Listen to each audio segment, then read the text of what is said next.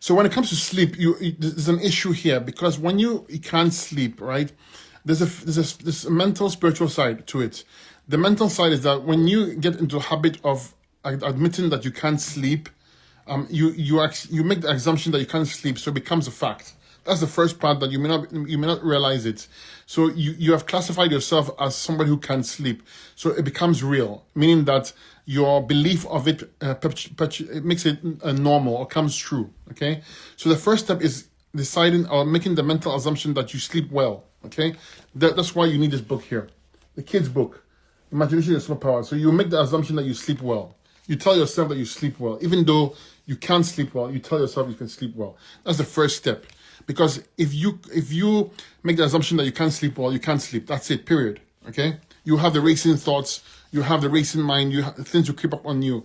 That's step one. Step two, let's use the diet, fix the diet. If you go on a high fruit diet, you're going to be clearing up the mucus, affecting the pineal gland here.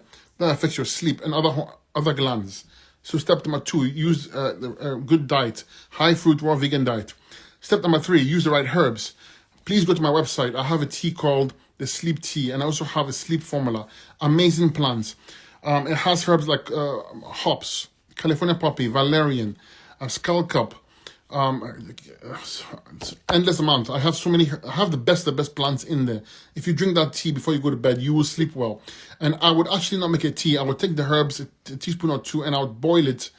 Make a decoction, boil it, bring it to a boil, and lower and simmer it for a good 8 minutes, and then drink it before you go to bed. You will sleep like a baby. Okay. There's another plant that I love, I make use of. It's called mulungu. It's one of my favorite plants for sleep. But not only is it good for sleep, it's also good for your liver. So you get the benefit of fixing the liver as well as getting a good night's sleep. Okay, so that's what I would do. Clean your sinuses, get the mucus out of your head region, you sleep better. Learn how to breathe through your nose. Don't breathe through your mouth. You sleep better. Okay, a technique you can use, very powerful, is that you're going to inhale through your nose. You close your mouth and inhale very, very deeply so your belly pops up, and hold your breath for a good 10 seconds, and then open your mouth slightly and breathe the air out, and keep on doing that 7 times, 10 times. You're going to sleep like a baby as well. Okay, so that's what I would use. But make sure you fix the mental, spiritual side before on your sleep problems before you address the physical. Okay.